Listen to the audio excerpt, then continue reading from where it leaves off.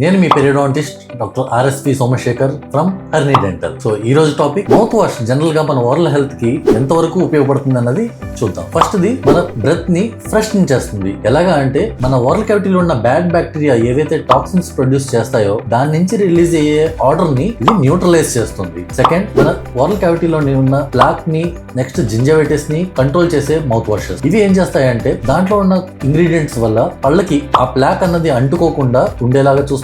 In case already existing plaque వల్ల ఏదైతే gingivitis cause అవుతుందో దాన్ని కూడా ఈ బ్యాక్టీరియాని కిల్ చేసి ప్రివెంట్ చేస్తుంది. బ్రషింగ్ తో పాటు మౌత్ వాష్ కూడా చేయడం వల్ల ఏంటంటే మనకి ఇన్యాక్సెసిబుల్ ఏరియాస్ అంటే బ్రష్ ఎక్కడ వరకు అయితే మూలలకి చేరుకోవట్లేదో ఆ చేరుకోని ప్లేసెస్ కూడా ఈ మౌత్ వాష్ అన్నది వెళ్ళి అక్కడ మనకి ఓరల్ హెల్త్ ని హెల్తీగా మెయింటైన్ చేస్తుంది. సో ఇన్ని డిఫరెంట్ కండిషన్స్ లోని ఇన్ని డిఫరెంట్ మౌత్ వాషెస్ యూజ్ చేయాలి కాబట్టి సో మీ ఉన్న సమస్యని మీ నియరెస్ట్ డెంటిస్ట్ కి కన్సల్ట్ అయ్యి చెప్తే వాళ్ళు మీకు బెస్ట్ సూటబుల్ మౌత్ వాష్ ఏంటన్నది రికమెండ్ చేస్తారు.